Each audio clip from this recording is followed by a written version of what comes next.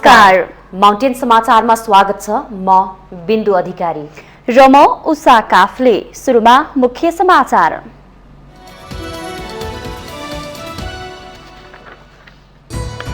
संघीय संसद सचिवालयद्वारा प्रधान न्यायाधीश चोलेन्द्र शमशेर जबरामाथिको निलम्बन फुकुवा। महाभियोग निष्प्रभावी, जबरा नियमित काममा फर्कन सक्ने। यथास्थितिमा प्रधान न्यायाधीश जबरालाई अदालत प्रवेश गर्न नदिने सर्वोच्चका न्यायाधीशहरूको संकेत। निलम्बन फुकुवाको पत्रबारे संसद सचिवालयसँग जवाफ माग। निलम्बन फुकुवाका विषयमा संसद सचिवालय र सरकार बीच टकराव। महाभियोग निष्प्रभावी नहुने सरकारको दावी। जबरालाई रोक्न अदालत परिसरमा कानून व्यवसायीको धरना। दार्चुला स्थित महाकाली नदीमा विवादित तटबन्ध निर्माण रोक्न भारत सहमत। अस्थायी संरचना र बाँधको थुप्रो एक सातामा हटाइने। संसदीय दलको नेता बन्न कांग्रेसभित्र आधा दर्जन नेताहरूको दौडधुप। संस्थापन र इतर समूहभित्र सर्वसम्मति जुट्ने सम्भावना कम। सरकार अपदस्थ गर्ने षड्यन्त्र गरेको आरोपमा जर्मनीका 25 जना पक्राउ। संसद भवनमा घुसेर शक्ति हत्याउने योजना बनाएको आरोप। र आइसिसी विश्वकप लिग 2 मा नेपाल पराजित। मिचेन वान लिगेनको शतकसँगै आयोजक नामिबिया 86 रनले विजयी।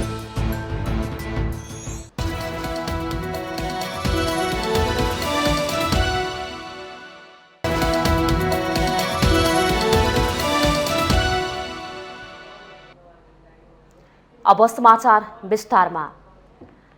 संघीय संसद सचिवालयले प्रधान न्यायाधीश चोलेन्द्र शमशेर जबरामाथि लगाइएको महाभियोग प्रस्तावलाई निष्क्रिय पारिदिएको छ। बुधबार संघीय संसद सचिवालयका महासचिव डाक्टर भरतराज गौतमले राष्ट्रपतिको कार्यालय, प्रधानमन्त्री तथा मन्त्री परिषदको कार्यालय, संवैधानिक परिषदको कार्यालय, सर्वोच्च अदालत, न्याय परिषद र प्रधान न्यायाधीश चोलेन्द्र शमशेर जबरालाई पत्र पठाएर जबरामाथिको महाभियोग प्रस्ताव निष्प्रभावी भएको जानकारी दिनुभएको हो। मंगलबार प्रधान न्यायाधीश जबराले संघीय संसद सचिवालयमा पत्र लेखी अघिल्लो संसदले सो प्रस्तावलाई नटुङ्ग्याएको र नयाँ संसद समेत आइसकेको अवस्थामा निष्प्रभावी भएको जानकारी सम्बन्धित निकायलाई दिन अनुरोध गरे बमोजिम सचिवालयले महाभियोग प्रस्ताव निष्प्रभावी भएको जानकारी गराएको संघीय संसद सचिवालयका प्रवक्ता डाक्टर रोशनाथ पाण्डेले जानकारी दिनुभयो। संसदमा चाहिँ संसद सचिवालयमा निवेदन दिनुभएको छ महासचिवलाई सम्बोधन गरेर कि महाभियोग प्रस्ताव चाहिँ अघिल्लो संसदले कारबाही नटुङ्ग्याएको र यो नयाँ निर्वाचन सम्पन्न भइसकेको अवस्थामा चाहिँ निष्प्रभावी हुने भएकोले मैले यो चाहिँ निष्प्रभावी भएको जानकारी पाऊँ, सम्बन्धित निकायमा जानकारी पठाएछु भन्ने हिसाबको उहाँको निवेदन थियो र त्यो निवेदन अनुसार उहाँको निवेदनको रेस्पोन्स गरिएको सम्बन्धित व्यक्ति र सम्बन्धित निकायहरूलाई हामीले चाहिँ यो निष्प्रभावी भएको जानकारी पठाएका छौँ। सचिवालयले पठाएको पत्रमा महासचिवले 2078 फागुन 1 गते महाभियोग अघि बढेपछि सम्बन्धित निकायहरूलाई प्रधान न्यायाधीशले काम गर्न नपाउने बेहोराको पत्र लेखिएको र महाभियोग टुङ्गोमा नपुगेको अवस्थामा सो पत्र पनि निष्प्रभावी भएको उल्लेख गरिएको प्रवक्ता पाण्डेले जानकारी दिनुभयो। महाभियोग प्रस्ताव सम्बन्धी काम कारबाही सदनमा अगाडि बढ्दाखेरि सम्बन्धित निकायहरूलाई उहाँले कामकाज गर्न नपाउने भन्ने बेहोराको पत्र पठाएर महासचिवले रोक्नु भएको थियो। अब प्रक्रिया लामो समयसम्म अगाडि बढिरहँदा महाभियोग सिफारिस समितिले समेत प्रतिवेदन बुझाइसकेको अवस्थामा चाहिँ र हाउसको चाहिँ समय अवधि सकिसकेपछि अहिले पुनः निर्वाचन भएर निर्वाचन परिणाम आइसकेको अवस्थामा तत्कालीन अवस्थाको प्रस्ताव चाहिँ कुनै टुङ्गो नपुगेको अवस्थामा यो निष्प्रभावी भएको हो भन्ने कुराको जानकारी पठाएको छ। प्रधान न्यायाधीश जबरामाथि तत्कालीन महाभियोग सिफारिस समितिले छानबिन गरी महाभियोग लगाउन सिफारिस गरेको थियो।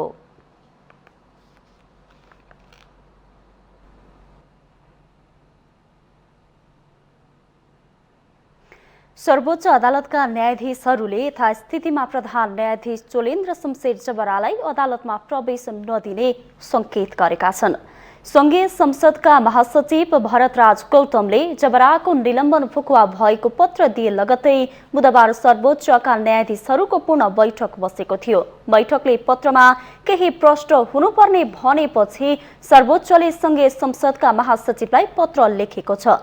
सर्वोच्चका सह रजिस्ट्रार नारायण प्रसाद रेग्मीले पठाएको पत्रमा ती प्रश्नको जवाफ तत्काल उपलब्ध गराउन भनिएको छ। सर्वोच्चले महाभियोग सिफारिस समितिबाट प्रतिनिधि सभामा पेश भएको भनिएको प्रतिवेदन उपरको कारबाहीको निरन्तरता अहिले कायम छ वा छैन भन्दै प्रश्न सोधेको छ। त्यसैगरी नयाँ प्रतिनिधि सभामा सो प्रस्ताव पेश हुने वा नहुने के हो? उक्त महाभियोग प्रस्ताव तत्कालीन प्रतिनिधि सभाको कार्यकाल समाप्त भएको मितिले निष्प्रभावी भएको भनिएको हो वा निर्वाचन भएको मितिले निष्प्रभावी भएको हो भन्ने प्रश्नको सर्वोच्चले जवाफ मागेको छ।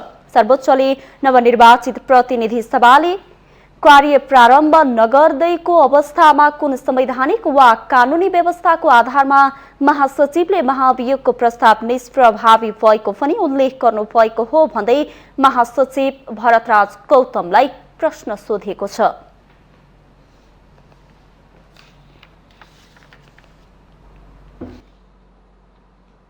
सरकारले प्रधान न्यायाधीश चोलेन्द्र शमशेर जबरा विरुद्धको महाभियोग नयाँ प्रतिनिधि सभामा छलफल हुने बताएको छ।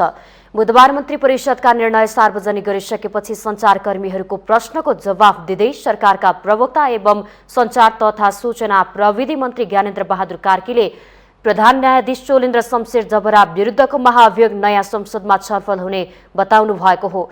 महाभियोगमाथि छलफल भएको प्रतिवेदन नयाँ गठित प्रतिनिधि सभामा छलफल हुने विषय जीवित रहेको उहाँको जिकिर थियो। महाभियोग सार्वभौम सम्पन्न संसदको सम्पत्ति भएको प्रवक्ता कार्कीले बताउनुभयो। चोलेन्द्र शमशेर जबराको विरुद्ध महाभियोगमाथि छलफल भएर त्यो छलफलको प्रतिवेदन अर्को अब गठित प्रतिनिधि सभामा छलफल हुने विषय त्यो जीवितै छ र यो महाभियोग सार्वभौम सम्पन्न संसदको सम्पत्ति हो र यसको छलफल अब आउने प्रतिनिधि सभामा छलफल भएर यसले एउटा निर्णयमा पुग्छ। मन्त्री कार्कीले अबको प्रतिनिधि सभामा छलफल भएर मात्रै प्रधान न्यायाधीश माथिको महाभियोगको टुङ्गो लाग्ने बताउनुभयो।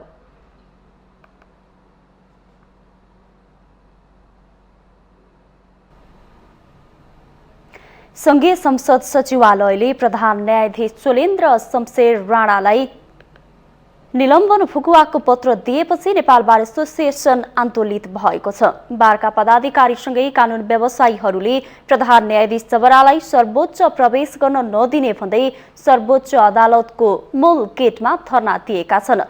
जबराले आफ्नो निलम्बन फुकुवाको पत्र संसद सचिवालयबाट पाए लगतै कानून व्यवसायीहरू सर्वोच्च अदालतको मूल गेटमा फेला भएका हुन्। नेपाल बार एसोसिएसन र सर्वोच्च अदालत बार एसोसिएसनका पदाधिकारीहरू सहित फेला भएका उनीहरूले संविधान र कानून विपरीत निलम्बन फुकुवा गर्ने पत्र संसद सचिवालयले दिएको उल्लेख गर्दै जबरालाई कुनै पनि हालतमा सर्वोच्च अदालतमा प्रवेश हुन नदिने जिकिर गरेका छन्।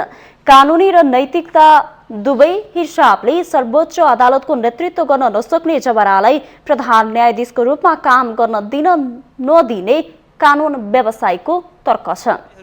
कमिटीहरूले गरेका निर्णयहरूको अभिलेख राख्ने, त्यसलाई सहजीकरण गर्ने, त्यसलाई कार्यान्वयन गर्ने, आउने पार्लियामेन्टलाई त्यसको जानकारी गराउने। संसदमा अहिले सचिवालयले पत्र लेखेर उहाँलाई जुन अहिले आउँदै हुनुहुन्छ भन्ने जुन पत्र हामीले पायौँ, अहिले यहाँ पढेर पनि हामीले सुनायौँ, त्यो पत्रसँग कुनै तारतम्यता राख्दैन।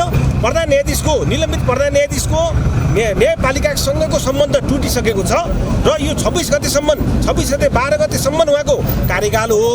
त्यसपछि उहाँको स्वतः एउटा पदबाट उहाँ बाहिरिने अवस्था छ। यो हाम्रो आन्दोलन जारी रहन्छ।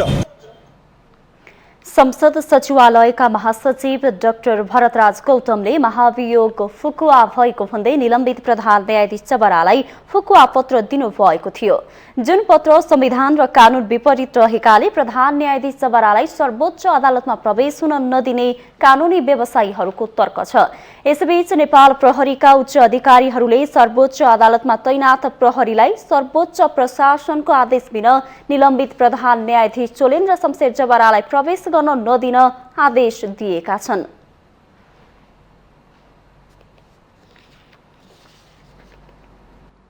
प्रधान न्यायाधीश चोलेन्द्र शमशेर जबरामाथि लगाइएको महाभियोग निलम्बन फुकुवा गर्ने संसद सचिवालयको पत्र विरुद्ध बार एसोसिएसनका अध्यक्ष पूर्णमान साक्यले सर्वोच्च अदालतमा रिट दायर गर्नुभएको छ। सर्वोच्च बारका अध्यक्ष साक्यले गैर कानूनी ढंगले क्षेत्राधिकार बाहिर गएर संसद सचिवालयका महासचिव डाक्टर भरतराज गौतमले पठाएको पत्र बदर गर्न माग गर्दै सर्वोच्च अदालतको संवैधानिक इजलासमा रिट दायर गर्नुभएको हो। पत्र बदर नभइन्जेलसम्म कार्यान्वयन नगर्न नगराउन पनि अन्तरिम आदेश माग गरिएको अधिवक्ता टीकाराम भट्टराईले जानकारी दिनुभयो। संसदमा महाभियोग प्रस्तावको प्रतिवेदन विचाराधीन रहेकाले निलम्बित प्रधान न्यायाधीश जबरालाई उन्मुक्ति दिने काम संसद सचिवालयका महासचिव गौतमले गर्न नमिल्ने उहाँको दाबी थियो। समितिले महाभियोग लगाउने भनेर निर्णय गरेर फुल हाउसमा प्रतिवेदन पेश गरिसकेको सन्दर्भमा सार्वभौम सत्ता सम्पन्न संसदमा विचाराधीन विषयलाई प्रशासनिक तहको काम गर्ने एउटा कर्मचारीले निष्क्रिय बनाउन सक्दैन। त्यसैले त्यो क्षेत्राधिकारविहीन पत्र बदर गरी पाऊँ, त्यो बदर नहुन्जेलसम्मका लागि त्यो पत्र कार्यान्वयन गर्नबाट रोकी पाऊँ भन्ने अन्तरिम आदेश सहित माग गरेको संवैधानिक इजलासमा रिट निवेदन अहिले दर्ताको प्रक्रिया। संसद सचिवालयका महासचिव गौतमले निलम्बित प्रधान न्यायाधीश जबराको निलम्बन फुकुवाको पत्र पठाए लगतै राजनीतिक र कानूनी वृत्तमा तरङ्ग आएको छ।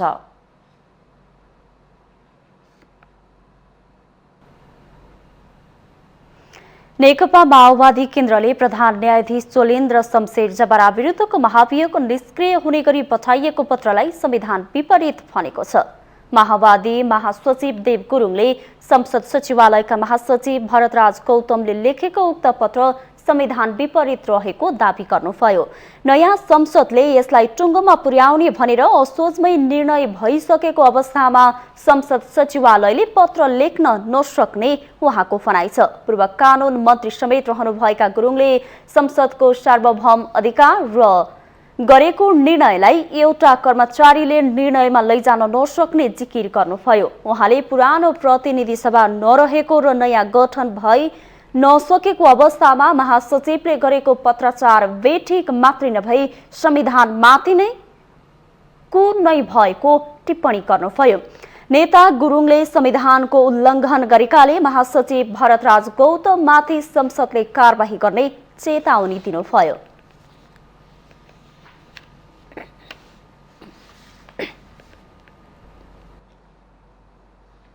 सत्ता संघर्षका क्रममा सर्वोच्च अदालत पनि मुछिदा चोलेन्द्र शमशेर जबरा निलम्बित हुने गरी दर्ता भएको महाभियोग प्रस्तावको टुङ्गो लागेको छैन। अदालत आउन छाडेको 10 महिना भए पनि जबरामा घर जानु अघि एकपटक सर्वोच्च छिर्ने छटपट्टि देखिन्छ। उहाँको पटक पटकको प्रयास विफल हुँदै आएकोमा फेरि नयाँ प्रयास गर्नुभएको छ। तर सत्तारूढ गठबन्धनदेखि सर्वोच्च अदालत मात्र नभई बारले समेत रोक्दै आएको छ। एक रिपोर्ट। फेरि एकपटक चर्चामा आउनु भएको छ निलम्बित प्रधान न्यायाधीश चोलेन्द्र शमशेर जबरा। उहाँ विरुद्धको महाभियोग प्रस्ताव निष्प्रभावी भएको पत्र संघीय संसदका महासचिव भरतराज गौतमले थमाएपछि चर्चा चुलिएको हो।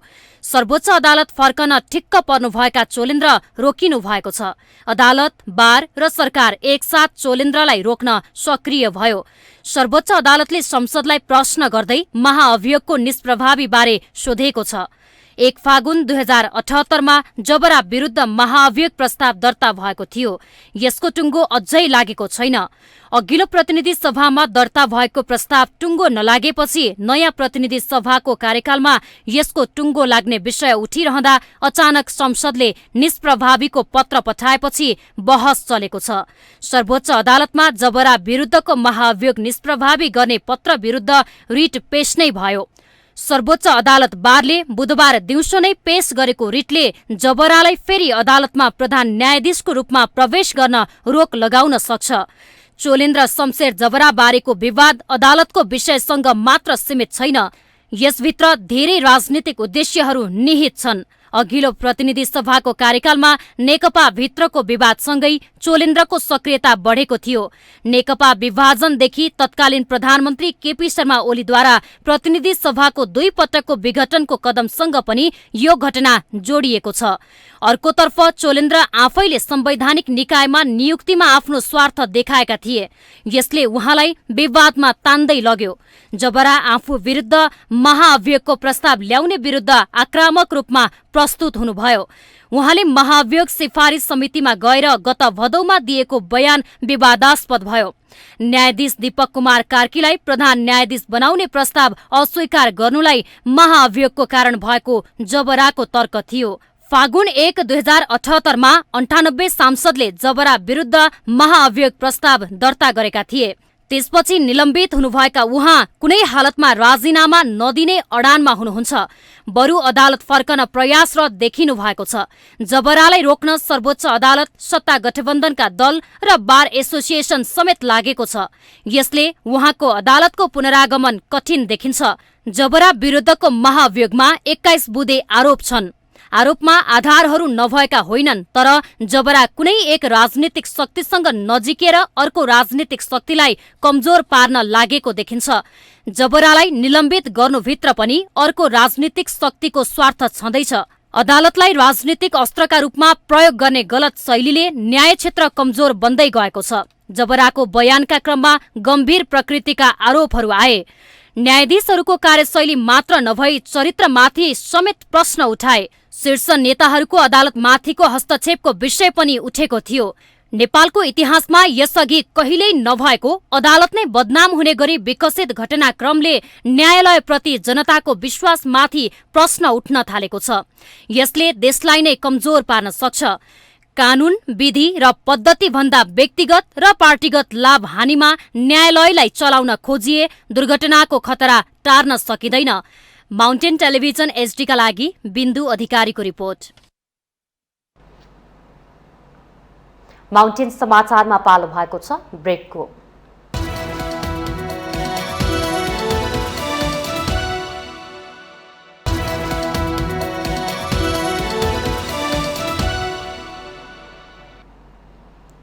ब्रेकपछि स्वागत छ। अब बाँकी समाचार। दार्चुला स्थित महाकाली नदीमा भारतले एकतर्फी रूपमा निर्माण गरेको तटबन्धका कारण नेपालतर्फ बढिएको महाकाली नदी पुनः पुरानै धारामा फर्काउने सहमति भएको छ। नेपाल र भारतका सुरक्षा अधिकारी बीच बुधबार भारतको पिथौरागढ जिल्लाको धारचुलामा भएको छलफलमा 10 दिनभित्र नदीलाई पुरानै धारमा फर्काउने सहमति भएको हो। धारचुलामा भएको छलफलमा नेपाली पक्षको माग अनुसार नदीको बीचमा रहेको अस्थायी संरचना हटाउन 10 दिनको समय दिएको दार्चुलाका प्रमुख जिल्ला अधिकारी दीर्घराज उपाध्यायले जानकारी दिनुभयो। नेपालतर्फ सोझिएको नदीको धार बीचमा पार्ने अत्यावश्यक बाहेक अस्थायी डाइभर्सन संरचना तत्काल हटाउने, त्यसका लागि भारतीय जनशक्ति नै परिचालन गर्ने सहमति बनेको प्रजी उपाध्यायले बताउनुभयो। धारचुलामा भएको छलफलमा नेपाली पक्षको माग अनुसार नदीको बीचमा रहेको अस्थायी संरचना हटाउन 10 दिनको समय दिएको दार्चुलाका प्रमुख जिल्ला अधिकारी दीर्घराज उपाध्यायले जानकारी दिनुभयो। तोकिएको समय 10 दिनमा सहमति अनुसार काम गरे नगरेको अवस्था हेरी पुनः भारतीय प्रशासनसँग छलफल अघि बढाइने उहाँको भनाइ छ। नेपालसँग बिना छलफल एकतर्फी रूपमा तटबन्ध निर्माण गरिरहेको भारतीय पक्ष चौतर्फी दबावपछि वार्तामा बस्न सहमत भएको थियो। गत आइतबार नेपाल र भारत दुवैतर्फ स्थानीय बीच भएको ढुङ्गा हानाहान र समस्या समाधानका विषयमा बैठकमा छलफल भएको छ। नेपाल सरकारले कूटनैतिक नोट पठाएपछि भारतीय अधिकारीले मंगलबार महाकाली नदी क्षेत्रमा भइरहेको तटबन्ध निर्माणको कामको अनुगमन गरेका थिए। गत आइतबार दार्चुलाको खलङ्गामा स्थानीय बासिन्दा प्रतिरोधमा उत्रिँदा भारतीय नागरिकले ठुङ्गा मुदा गर्दा बालक सहित 4 नेपाली घाइते भएका थिए। 2 देशीय सीमा सुरक्षा बैठकमा दार्चुला र धारचुलाका स्थानीय अधिकारीहरूको सहभागिता थियो।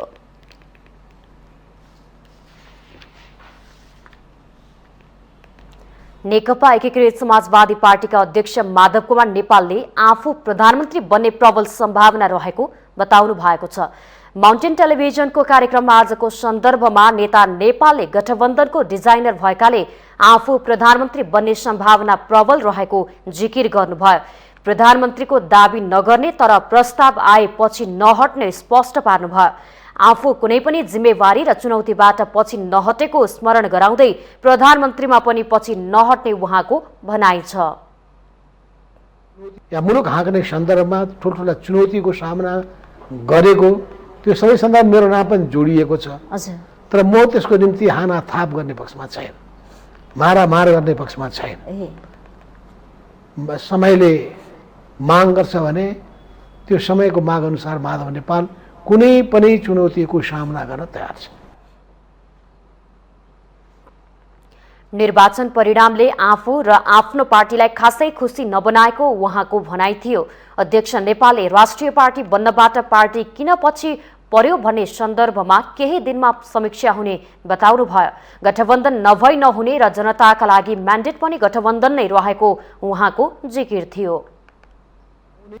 कि संविधानको रक्षा गर्ने कुराको सन्दर्भमा, गणतन्त्रको रक्षा गर्ने कुराको सन्दर्भमा, संघीयताको रक्षा गर्ने कुराको सन्दर्भमा, समावेशिताको नीतिलाई जोग बढाउने अझ सशक्त प्रभावकारी बनाउने सन्दर्भमा यो गठबन्धनले सकारात्मक भूमिका खेलिरहेको छ। कि संविधानको रक्षा गर्ने कुराको सन्दर्भमा, गणतन्त्रको रक्षा गर्ने कुराको सन्दर्भमा, संघीयताको रक्षा गर्ने कुराको सन्दर्भमा, समावेशिताको नीतिलाई जोग बढाउने अझ सशक्त प्रभावकारी बनाउने सन्दर्भमा यो गठबन्धनले सकारात्मक भूमिका खेलिरहेको छ। अध्यक्ष नेपालले देशमा सबै कुराको सम्भावना भएको हुँदा सबै मिलेर देश बनाउनु पर्नेमा जोड दिनुभयो।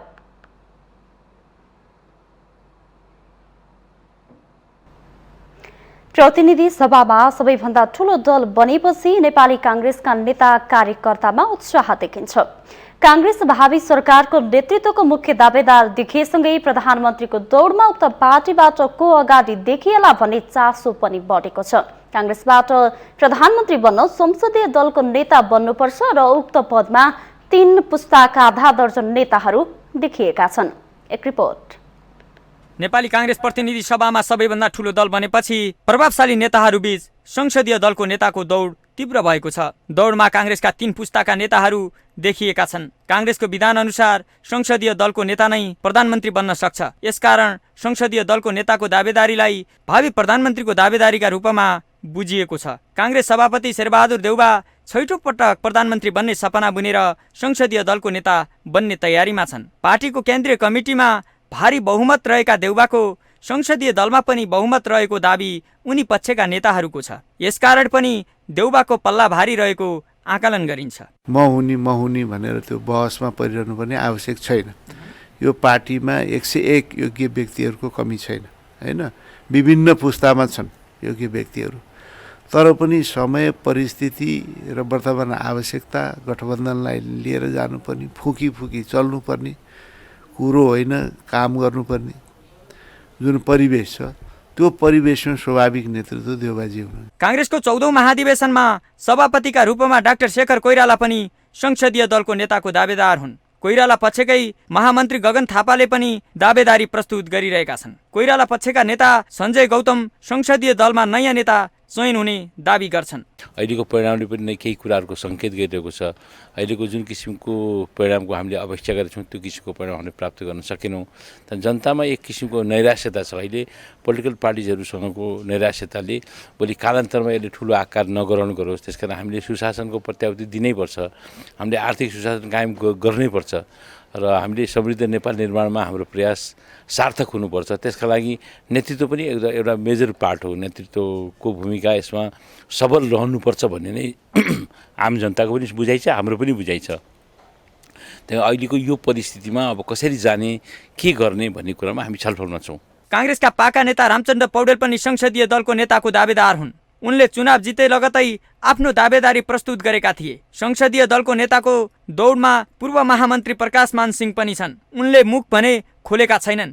अर्का पूर्व महामन्त्री डाक्टर शशाङ्क कोइराला पनि दावेदार देखिन्छन्। तर देउबा पक्षका नेताहरू नयाँलाई मौका नदिने रणनीतिमा छन्। एउटा सही व्यक्तिको नेतृत्वमा चाहिँ पार्टी जानुपर्छ हैन। एउटा जेन्युन पर्सनले चाहिँ पार्टीलाई चाहिँ हाँक्नुपर्छ हैन।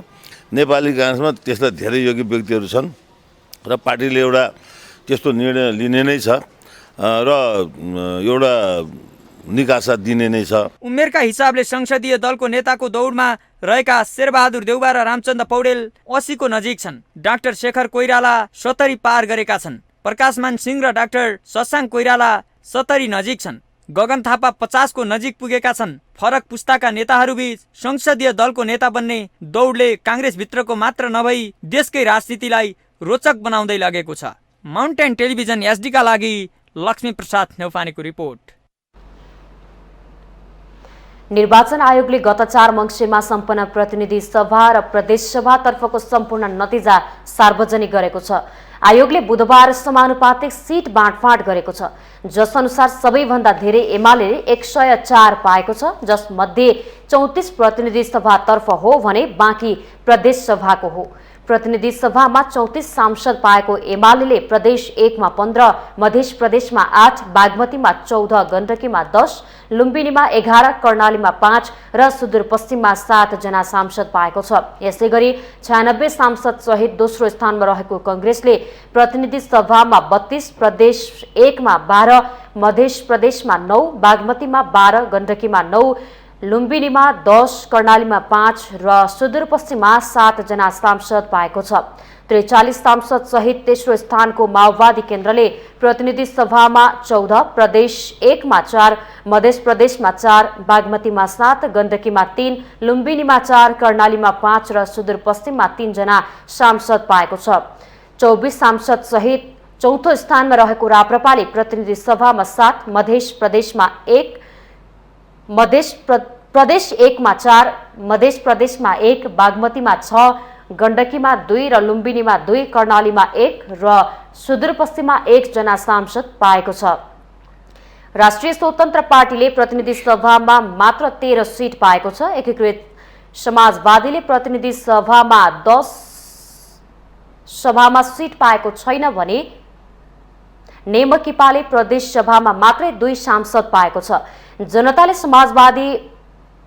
समाजवादी पार्टीले प्रतिनिधि सभामा 5 र प्रदेश सभामा 9 सांसद पाएको छ। जनमत पार्टीले प्रतिनिधि सभामा 5 र प्रदेश सभामा 9 सिट पाएको छ। प्रदेश सभामा मात्र सिट पाएको लोकसभाले 3, नेपाल संघीय समाजवादीले 1 र नागरिक उन्मुक्ति पार्टीले 5 सिट पाउँदा राष्ट्रिय जनमोर्चाले 1, हाम्रो नेपाली पार्टीले 1 सिट पाएको निर्वाचन आयोगले जनाएको छ।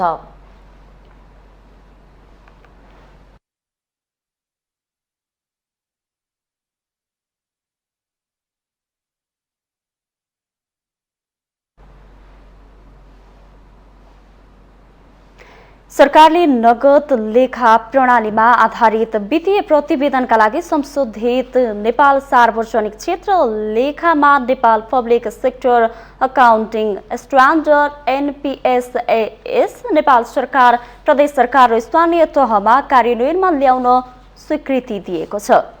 मङ्सिर 20 गते मंगलबार बसेको मन्त्री परिषदको बैठकले यस्तो निर्णय गरेको हो। त्यस्तै सरकारले विद्यालय शिक्षा क्षेत्र आयोजनाका लागि फिनल्यान्ड सरकारबाट प्राप्त हुने 2 अर्ब 54 करोड र नर्वे सरकारबाट प्राप्त करिब 2 अर्ब 57 करोड बराबरको अनुदान सहायता स्वीकार गरेको छ। बुधबार मन्त्री परिषदका निर्णय सार्वजनिक गर्दै सरकारका प्रवक्ता एवं सूचना तथा सञ्चार प्रविधि मन्त्री ज्ञानेन्द्र बहादुर कार्कीले सरकारले कर्मचारी सञ्चय कोषको प्रशासन पदमा जितेन्द्र धेताललाई नियुक्ति गरेको जानकारी दिनुभयो। सरकारले किमाथाङका अरुण जलविद्युत आयोजनाको लागि जग्गा प्राप्ति गर्ने र प्रारम्भिक कारबाही चलाउने अधिकारी तोकेको छ। त्यसैगरी विभिन्न विद्युतीय प्रसारण आयोजनाका लागि जग्गा प्राप्तिको अधिकार दिएको प्रवक्ता कार्कीले बताउनुभयो। धौबादी मेघौली 132 केबी प्रसारण आयोजनाको लागि जग्गा प्राप्ति गर्ने र प्रारम्भिक कारबाही चलाउने अधिकारी तोक्ने, लेखनाथ दमौली 220 केबी प्रसारण आयोजनाको लागि जग्गा प्राप्ति गर्ने र प्रारम्भिक कारबाही चलाउने अधिकारी तोक्ने। प्रवक्ता कार्कीले सरकारले पोलियो भाइरस खोपको क्लिनिकल ट्रायलको लागि अनुमति प्रदान गर्ने निर्णय गरेको पनि बताउनुभयो।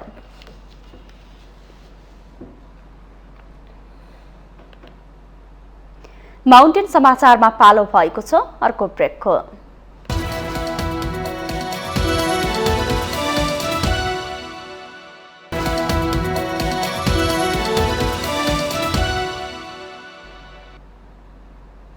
ब्रेकपछि स्वागत छ। अब बाँकी समाचार।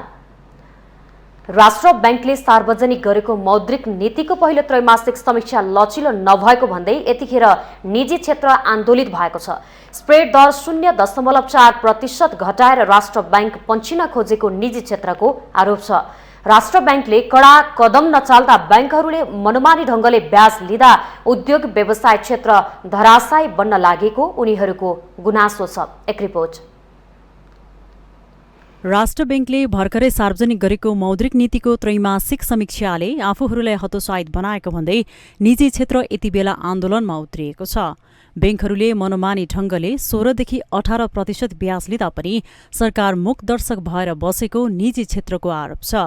बैंकहरूले चर्को ब्याज दर असुल गर्दा कडा कदम चाल्नुको सट्टा राष्ट्र बैंक पनि पन्छिन खोजेको उद्योगी व्यवसायीहरूले गुनासो गरेका छन्।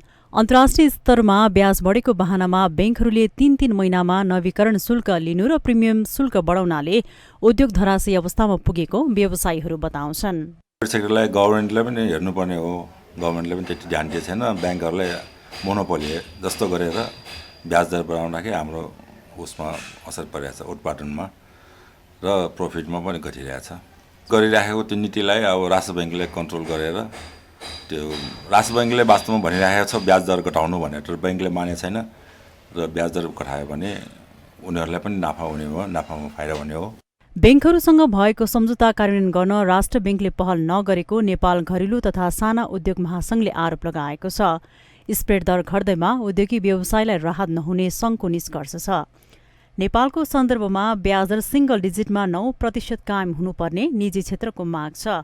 कोरोनाले थलिएको आर्थिक क्षेत्रलाई उकास्न समन्वय गर्नुको सट्टा ब्याज दर बढाएर बैंकहरू नाफामुखी बन्न खोजेको बताउनुहुन्छ नेपाल घरेलु तथा साना उद्योग महासंघका अध्यक्ष उमेश प्रसाद सिंह।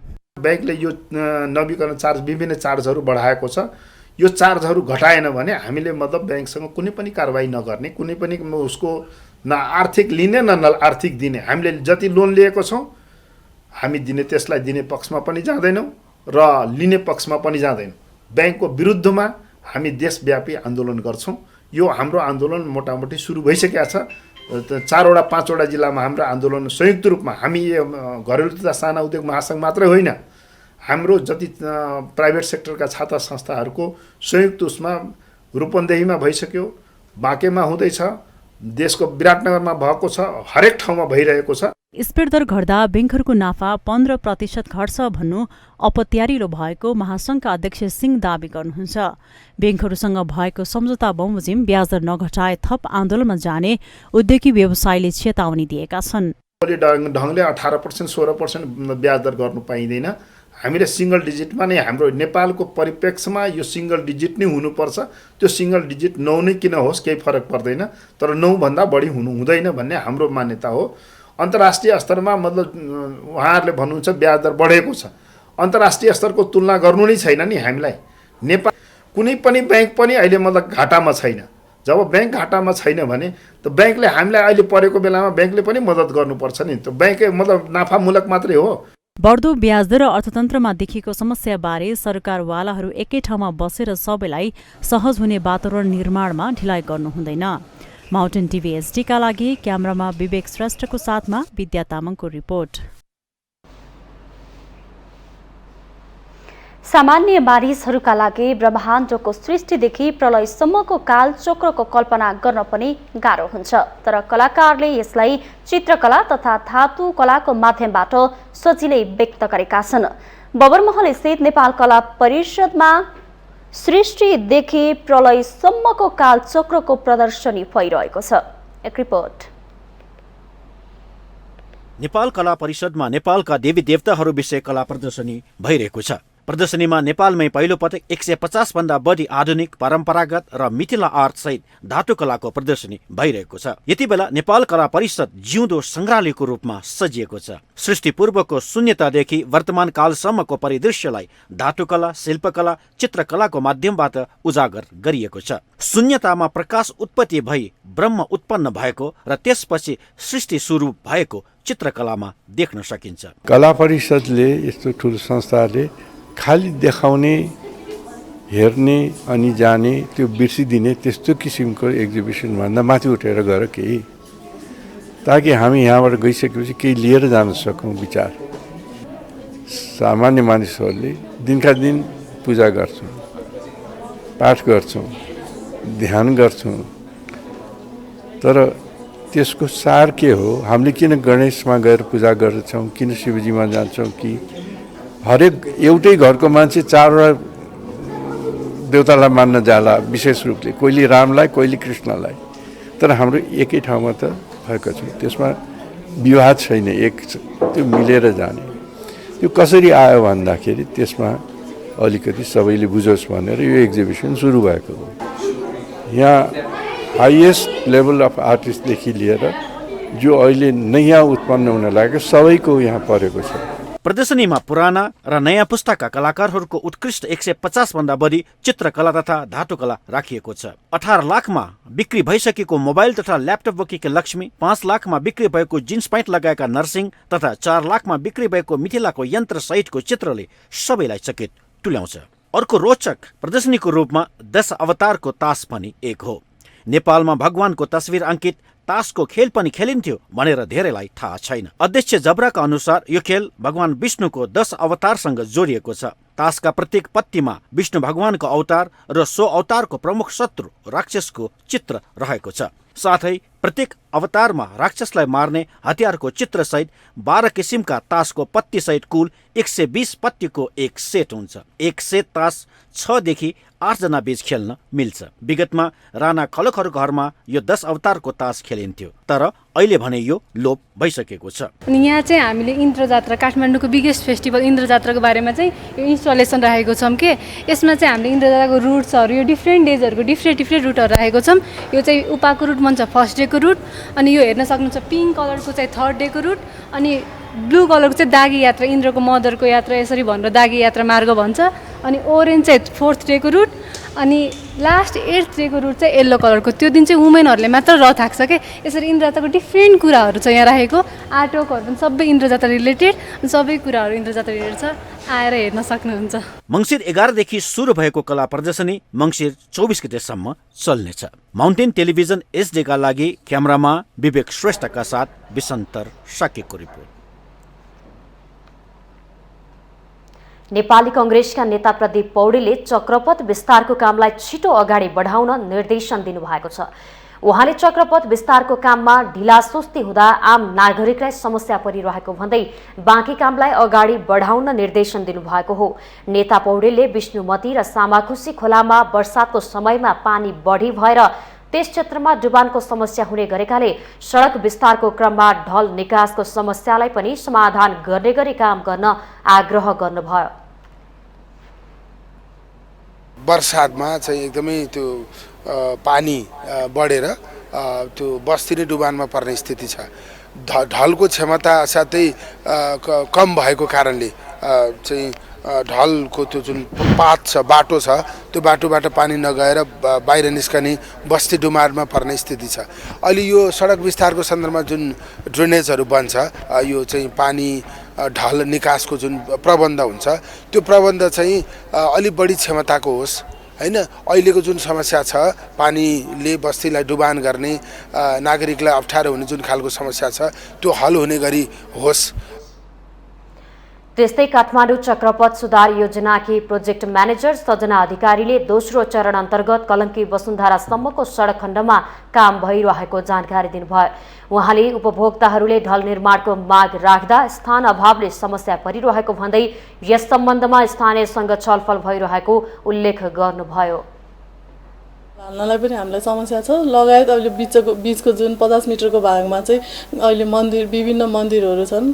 मन्दिर लगायत बिजुलीका पोलहरू अनि बस स्टपहरू तिनीहरूलाई पनि कसरी रिलोकेट गर्ने 50 मिटर कसरी क्लियर गर्ने भन्ने सम्बन्धमा हामीले स्थानीय निकायहरूलाई बोलाएर अहिले समन्वय गरेका हौँ। आयोजना सम्पन्न गर्नका लागि आवश्यक अन्य कामहरू पनि भइरहेको अधिकारीको भनाइ थियो।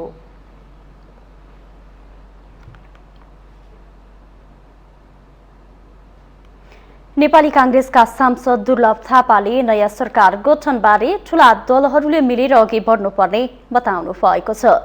भक्तपुर क्षेत्र नम्बर 2बाट प्रतिनिधि सभामा निर्वाचित सांसद थापाले ठूला दलहरूले नयाँ सरकार गठनबारे एक ठाउँमा उभिएर बहस गर्नुपर्ने बताउनु भएको हो। राष्ट्रिय सञ्चार केन्द्र नेपालले बुधबार भक्तपुरमा आयोजना गरेको एक कार्यक्रममा उहाँले संविधानमाथि खेलवाड गर्ने काम हुन नदिन आफू लागि पर्ने प्रतिबद्धता व्यक्त गर्नुभयो। संविधानमा संशोधन गर्नुपर्ने विषय भए त्यसलाई दलीय सहमतिको आधारमा अघि बढाउनु पर्ने, तर संविधानमाथि खेलवाड गर्ने काम भने कसैले पनि गर्न नहुने सांसद थापाको भनाइ थियो। उहाँले ठूला राजनीतिक दलहरूले संविधानमाथि नै खेलवाड गर्ने गल्ती गरेकाले जनताले उनीहरूको विकल्पको खोजी गर्न पुगेको उल्लेख गर्नुभयो। जनादेश विपरीतका गतिविधि नगर्न पनि दलहरू सचेत हुनुपर्ने सांसद थापाको भनाइ थियो। र अहिले जनताले दिएको म्यान्डेट अनुसार अगाडि बढौँ। सबै राजनीतिक दलहरू विशेष गरी मुलधारका राजनीतिक दलहरू एक ठाउँमा बसौँ, सरकारको बारेमा छलफल गरौँ, बहस गरौँ, प्रदेशको बारेमा अधिकारको बारेमा बहस छलफल गरौँ र अब यो मुलुकको संविधानमा कहीँ कहिले संशोधन गर्नुपर्ने कुराहरू हुन सक्छ, तर मूल कानुन मूल संविधान माथि अब खेलवाड नगर्ने प्रतिबद्धता गर्नुपर्छ। सांसद थापाले सबै राजनीतिक दलहरूसँग छलफल गरेर भक्तपुरको समग्र विकासमा आफू लागि पर्ने प्रतिबद्धता जनाउनुभयो।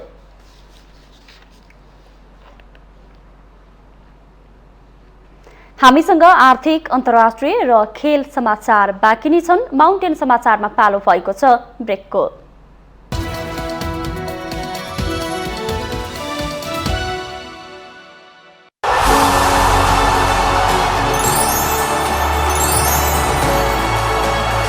वेब सर्फर आजै वेब सर्फरको फाइबर नेट र आइपीटीभी जडान गर्नुहोस् र बिना रुकावट कतार विश्वकप फुटबलको खेलहरू हेरी रमाइलो लिनुहोस्।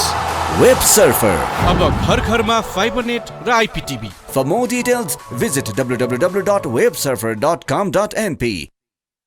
शिवमसँग उपहार गर्न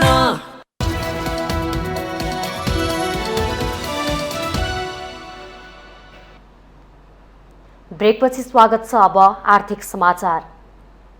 आर्थिक समाचारको साथमा जगदम्बा सुपर साइन तथा ग्याल्बा प्लस जीवनभरको भरोसा।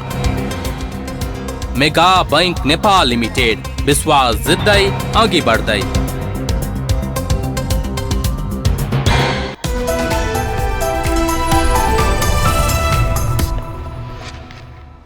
नेप्से परिसूचक कारोबारको चौथो दिन अर्थात् बुधबार पनि ओह्रालो लागेको छ। नेप्से परिसूचक 16.61 अङ्क घटेर 1917.28 बिन्दुमा झरेको हो। त्यस्तै सेन्सिटिभ इन्डेक्स 4.44 अङ्क घटेको छ भने फ्लोट इन्डेक्स 1.13 अङ्क र सेन्सिटिभ फ्लोट इन्डेक्स 1.41 अङ्क घटेको छ। कारोबारमा आएका 246 कम्पनीको 80,92,000 किता सेयर 1,65,46,42,000 रुपैयाँ बराबरको खरिद बिक्री भएको छ। नेप्से परिसूचकसँगै पछिल्लो समय कारोबार रकम समेत ओह्रालो लाग्दै गएको छ। नेप्सेका 13 उपसमूह मध्ये होटल तथा पर्यटन उपसमूहको परिसूचक बाहेक अरू सबै उपसमूहको परिसूचक घटेका छन्, जसमा होटल तथा पर्यटन उपसमूहको परिसूचक 0.01% बढेको छ। त्यस्तै बैंकिङ, वित्त र उत्पादन तथा प्रशोधन उपसमूहको परिसूचक 1% भन्दा बढी घटेको छ।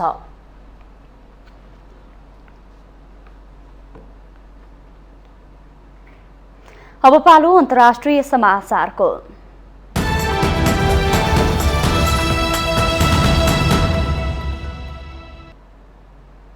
सरकार अपदस्थ गर्ने षड्यन्त्र गरेको आरोपमा जर्मनीका विभिन्न ठाउँमा प्रहरीले कारबाही गरेर 25 जनालाई पक्राउ गरेको छ।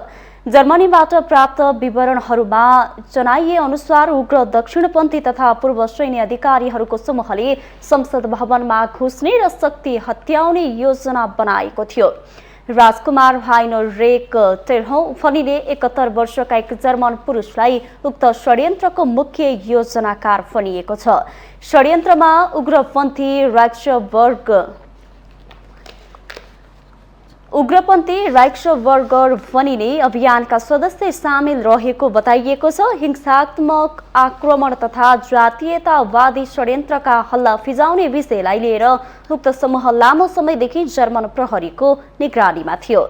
उक्त समूहले आधुनिक जर्मन राज्यलाई समेत अस्वीकार गर्दै आएको थियो। अहिलेको जर्मन गणतन्त्रको सत्ता उल्ट्याएर सन् 1871 ताकाको जस्तो जर्मनी राष्ट्र निर्माणको षड्यन्त्रमा उक्त समूहका करिब 50 महिला तथा पुरुष सदस्य सामेल भएको हुन सक्ने ठानिएको छ। संघीय अभियोजनकर्ताको कार्यालयकी प्रवक्ताका अनुसार हालसम्म उक्त समूहको नाम उनीहरूसँग छैन। देशभरि 3000 प्रहरी अधिकारी परिचालन गरेर सैन्य ब्यारेक समिति सयौं परिसरमा छापा मारेर तिनलाई पक्राउ गरिएको बताइएको छ।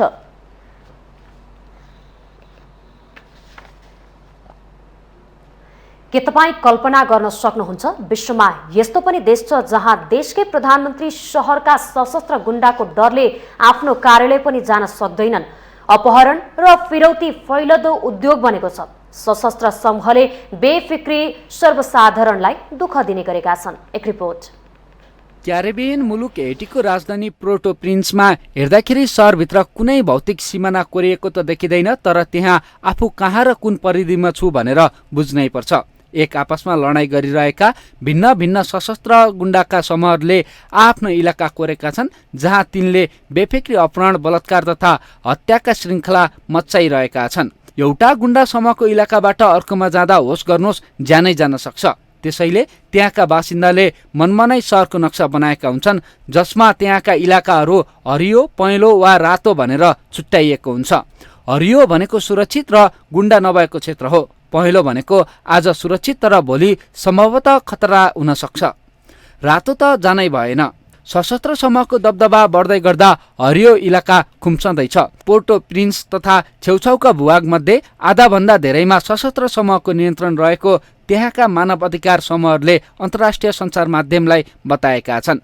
पछिल्लो महिनाहरूमा सशस्त्र गुटहरूले मच्चाएको हिंसाका कारण त्यहाँ सयौंको ज्यान गएको छ भने हजारौं घरबार छाडेर भाग्न बाध्य भएका छन्। गत वर्ष हेटीका राष्ट्रपति जोभनल मेइजको हत्या पश्चात त्यहाँ अशान्ति बढेको छ। संयुक्त राष्ट्रसङ्घका अनुसार हेटी भिरको डिलमा पुगेको छ। सहायता निकायहरूका अनुसार त्यहाँको संसद वरपरको क्षेत्र अनि राजधानी भित्रिने र बाहिरिने सडकमा सशस्त्र समूहको नियन्त्रण छ।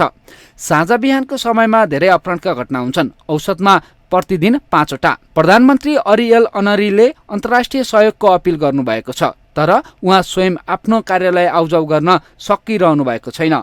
पछिल्लो राष्ट्रपतिलाई कार्यालयमा गोली हानेर मारिएको थियो। आधा जनसङ्ख्या करिब 47 लाख नागरिक भोकमरीमा परेका छन्। राजधानीमै 20,000 जति मानिस भोकमरी जस्तो अवस्थामा परेको संयुक्त राष्ट्रसङ्घले बताएको छ। तर सबभन्दा खतरनाक अवस्था भनेको सशस्त्र गुण्डाहरूको विस्तार नै हो। उनीहरूले नै त्यहाँको समय तय गरेका छन्। बिहानको व्यस्त समय 6 देखि 9 बजेसम्म अपहरण अत्याधिक हुन्छ। त्यसपछि बेलुकी 3 बजेदेखि 6 बजेसम्म अर्को चरणका अपहरण हुन्छन्। अपहरण त फैलिँदो उद्योग बनेको छ। राष्ट्रसङ्घका अनुसार जनवरी र अक्टोबरको बीचमा 1107 जना अपहरणमा परेका थिए। कति समूहका निमित्त अपहरण आयको मुख्य स्रोत बनेको छ। तिनले $200 देखि $10 लाख सम्म फिरौती माग्छन्। फिरौती तिरेमा अधिकांश मानिस फिर्ता हुन्छन्, तर तिनले धेरै यातना सहनुपर्छ। पुरुषहरूलाई कुटिन्छ र पग्लिएको प्लास्टिकले पोलिन्छ। महिला तथा बालबालिकालाई सामूहिक बलात्कार गरिन्छ। त्यसैले आफन्तहरू जसरी भए पनि फिरौती तिर्नका निमित्त पैसा जुटाउन लाग्छन्। कहिलेकाहीँ अपहरणकारीहरूले आफन्तलाई फोन गरेर बलात्कार भइरहेको आवाज समेत सुनाइदिन्छन्। हेइटीको अवस्थालाई लिएर त्यहाँ गैर राष्ट्रसङ्घीय सशस्त्र फौज परिचालन गर्ने हो कि भन्नेबारे राष्ट्रसङ्घभित्र चर्चा चलेको बताइन्छ। तर यसबारे अगुवाई गर्न वा सहभागी हुन कसैमा हतारो देखिँदैन। माउन्टेन टेलिभिजन एचटीका लागि सन्दीप शर्माको रिपोर्ट। अब पालो खेल समाचारको।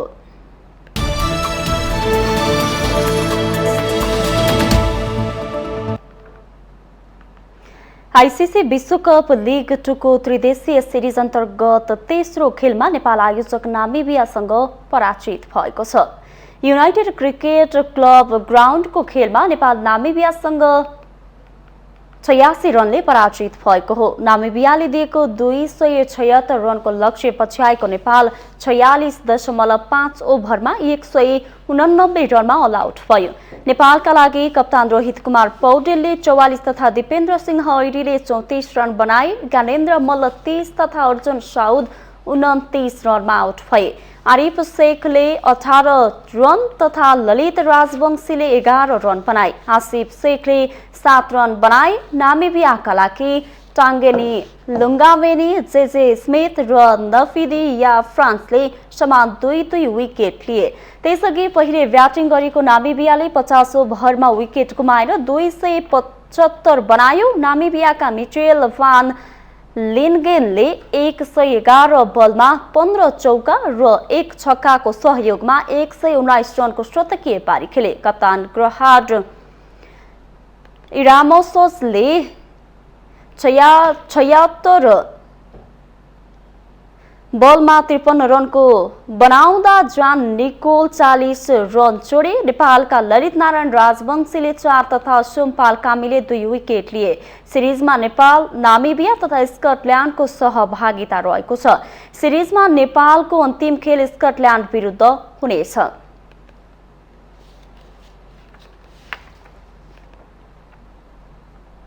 घरेलु टोली बङ्गलादेशले भारत विरुद्धको एकदिवसीय अन्तर्राष्ट्रिय क्रिकेट श्रृङ्खला जितेको छ। दोस्रो एकदिवसीय खेलमा भारतलाई 5 रनले पराजित गरेको बङ्गलादेशले एक खेल अघि नै श्रृङ्खला 2-0 ले जितेको हो।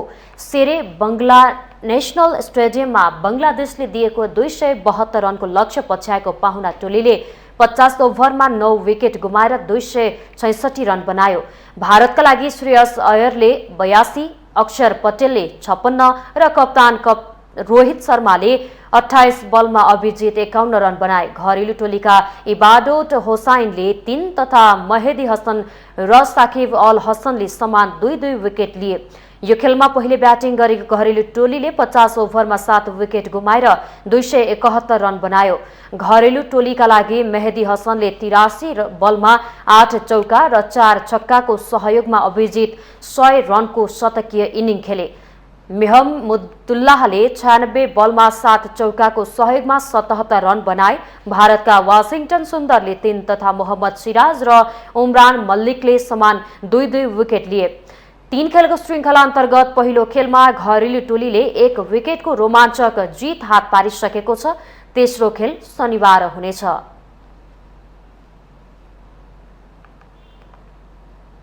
माउन्टेन समाचारमा पालो भएको छ ब्रेकको।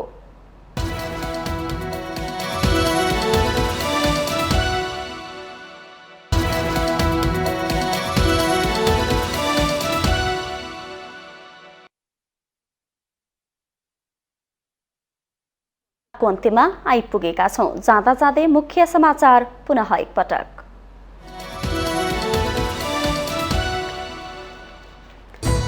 संघीय संसद सचिवालयद्वारा प्रधान न्यायाधीश सोलेन्द्र शमशेर जबरा माथिको निलम्बन फुकुवा, महाभियोग निष्प्रभावी, जबरा नियमित काममा फर्कन सक्ने। यथास्थितिमा प्रधान न्यायाधीश जबरालाई अदालत प्रवेश गर्न नदिने सर्वोच्चका न्यायाधीशहरूको संकेत, निलम्बन फुकुवाको पत्रबारे संसद सचिवालयसँग जवाफ माग।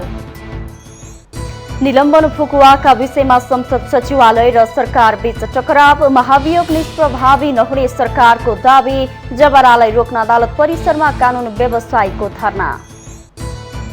दार्चुला स्थित महाकाली नदीमा विवादित तटबन्ध निर्माण रोक्न भारत सहमत, अस्थायी संरचना र बाँधको थुप्रो एक सातामा हटाइने। संसदीय दलको नेता बन्न कांग्रेसभित्र आधा दर्जन नेताहरूको दौडधुप, संस्थापन र इतर समूहभित्र सर्वसम्मति जुट्ने सम्भावना कम। सरकार अपदस्थ गर्ने षड्यन्त्र गरेको आरोपमा जर्मनीका 25 जना पक्राउ, संसद भवनमा घुसेर शक्ति हत्याउने योजना बनाएको आरोप। र आइसिसी विश्वकप लिग 2 मा नेपाल पराजित, मिचेन भान लिन्गेनको शतकसँगै आयोजक नामिबिया 86 रनले विजयी।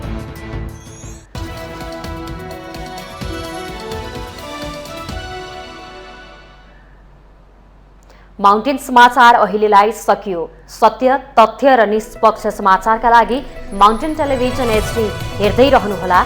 नमस्कार।